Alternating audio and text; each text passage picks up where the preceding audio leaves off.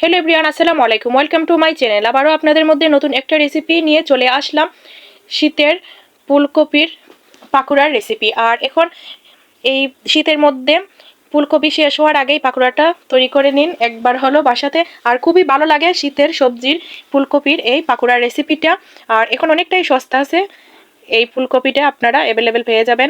আর এদিকে আমি একটা বড় সাইজের ফুলকপি আমি নিয়েছি। আর ফুলকপিটা আমি অফ ক্যামেরা আমি কেটে 30 মিনিট পানিতে ভিজিয়ে নিয়েছি, ভালো করে ধুয়ে আমি সিদ্ধ করে একটা সাইডে রেখে দিয়েছি অফ ক্যামেরায়।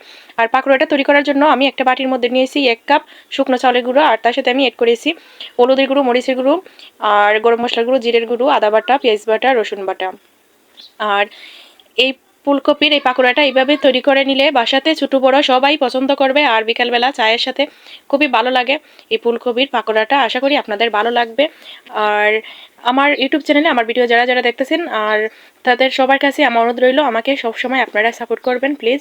আর এদিকে আমি একটা ডিমও এড করেছি সাথে। আর ডিমটা দিলে স্বাদটা আরও বেড়ে যায়, তার জন্য আপনারা ডিমটা স্কিপও করতে পারেন। আর আমি কুসুম গরম পানি দিয়ে আমি ব্যাটারটা তৈরি করে নিতেছি। আর এখন আমি দিতেছি ব্যাটারটা তৈরি হয়ে গেছে। এইদিকে আমি একটু ধনিয়া পাতাও আমি এড করেছি।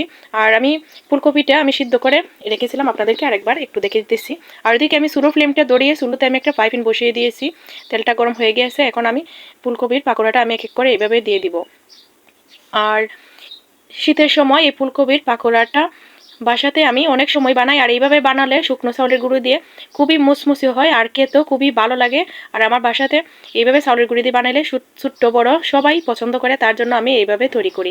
আপনারাও এইভাবে বানিয়ে দিতে পারেন সবাইকে, সবাই খুশি হয়ে যাবে এই পাকোড়ার রেসিপিটা। আর ফুলকপিটা সস্তা হলে কি হয়েছে, পাকোড়াটা এইভাবে তৈরি করে নিলে কিন্তু অনেকটাই নামি দামি হয়ে যায়। দেখেন মাশাআল্লাহ কতটা সুন্দর হয়েছে। আর আমি একটু কড়া করে বেজে নিয়েছি। আর এদিকে আমি আপনাদেরকে আমি পরিবেশন করে দেখিয়ে দিতেছি, দেখেন অনেকটাই মুসমুসে হয়েছে আর ভিতরের দিকটাও অনেকটাই সফট হয়েছে।